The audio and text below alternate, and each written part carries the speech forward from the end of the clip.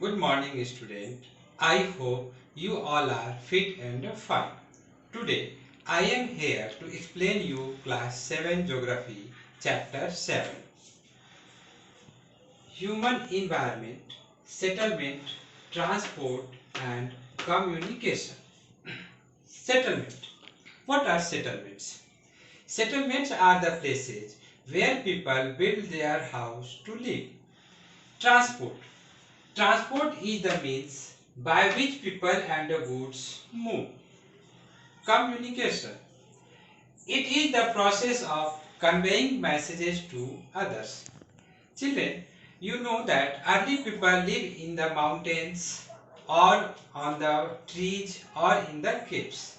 Gradually, people learned the technique of farming, and where there were water sources, people started making their settlements and started doing farming work. So, children, most of the civilization flourished along the river side.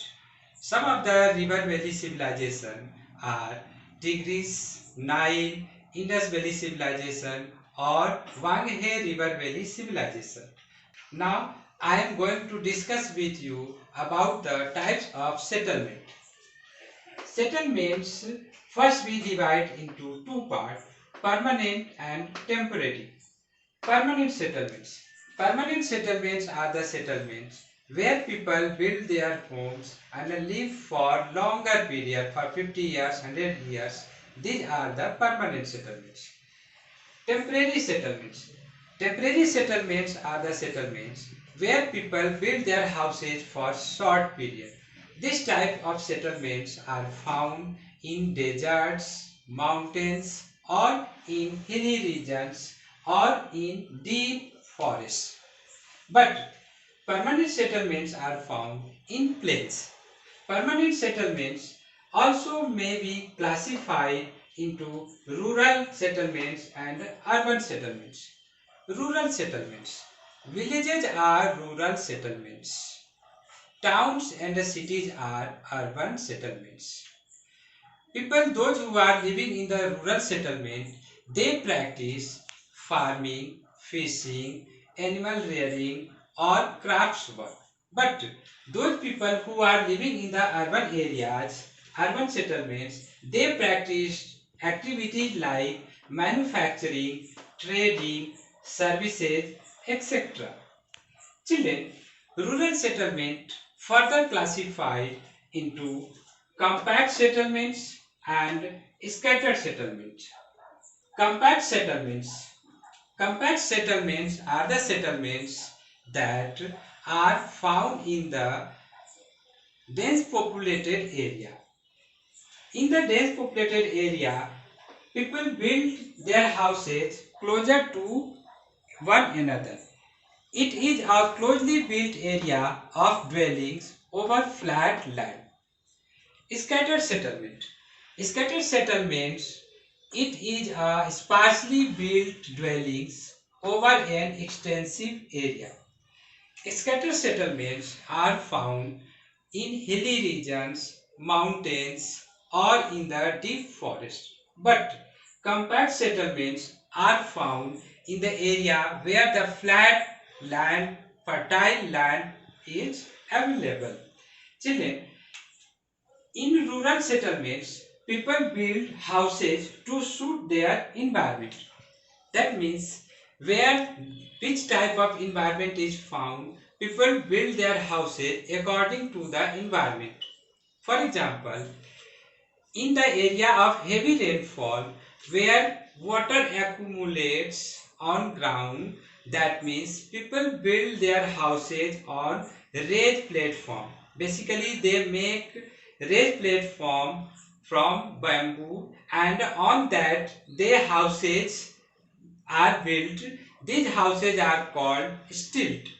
But people make their houses in the hot region, different type of houses. These people make their houses of thick mud walled house with thatched roof. But children, you all are living in the urban areas, and in the urban areas you see that people build their houses pakka houses, and you all people having the pakka houses, you all are living in these pakka houses, so people are prefer to make their houses pakka. Children, now I am going to discuss means of transport. The major means of transport are land transport, water transport, air transport. Land transport is further classified into roadways, railways. Roadways are further classified into metal road, unmetal road. Metal road further classified into national highways, state highways, other ways and expressways. National highways. National highways are the roadways that joins two or more than two states in a country. It also joins two larger cities in different states. National highways are expressed by numbers like National Highway number 1, National Highway number 2 or National Highway number 28, 56, etc. State highways. State highways are the roadways that joins two or more than two districts in a state. Other ways. Other ways are the roadways that joins villages to rural area to urban area, that means village to district headquarters. Besides these roadways, there are expressways developed by the government. For example, Yamuna Expressway, Agra Expressway. In our country, the highest roadways found in Jammu and Kashmir and Himachal Pradesh that joins Manali to Leh, that is called Manali Leh Highway. Children, previous government, when Atal Bihari Vajpayee was Prime Minister of our country, he developed a roadway that is called Golden Quadrilateral. These roads join Delhi, Kolkata, Mumbai and Chennai. Now, railways. Railways further classified into broad gauge, meter gauge, narrow gauge. Broad gauge, that means badi line, meter gauge, choti line, narrow gauge, sakri line. In India, all the major railway routes are broad gauge and the fastest train run on these routes. Meter gauge and narrow gauge are disappearing from the country. Narrow gauge can be found in hilly region. The longest railway in the world is Trans-Siberian Railway. This railway joins St. Petersburg to Vladivostok. The highest railway is found in China. This railway runs between Lhasa to Jining. Now, water transport.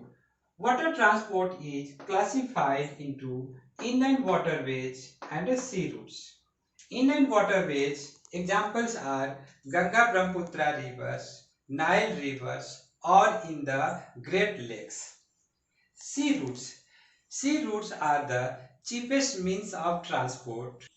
All foreign trade done through sea routes. Sea routes are joined through different ports. Some of the important ports of the world are Singapore, Sydney, Mumbai, Jakarta, Tokyo, Shanghai, Paris, London, New York, etc.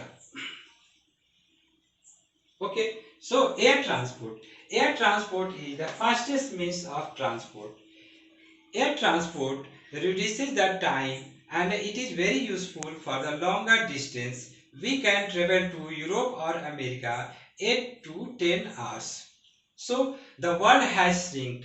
Air transport is also very useful in the mountain region or in the forested region where during the natural calamity, air transport become very useful for rescue operations. Now, the last topic of this chapter, communication. Communication, it is the process of conveying messages to others.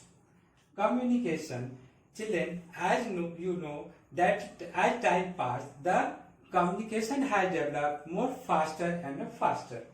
With the development of technology, humans have devised new and fast mode of communication. Children, today you know that we are utilizing radio, television, newspaper and many other means of communication. By this radio, television and newspaper, we can communicate large number of people at the same time. So these means of communication are called mass media. Besides mass media, satellites have helped in oil exploration, survey of forests, mineral wealth, weather forecast and disaster warning. Now we can send email through internet. We can get e-education during the pandemic period. Children, you know that this is the period of the COVID-19 and nowadays we all are at home and we have to get the study. So this all we are getting by the help of internet. So today internet is very important and very useful for us. With the development of transport and communication, the world has shrunk and we are interconnected. We are a large global society. So children, this was all about the chapters. We read three main topics of the chapter, that is settlement, transport and communication. Settlements. Settlements are the places where people build their house to live. Transport.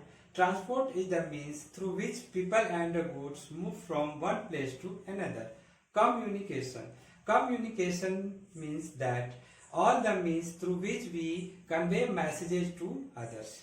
So children, I hope you all have understood this chapter very well. Thank you children. Have a nice day.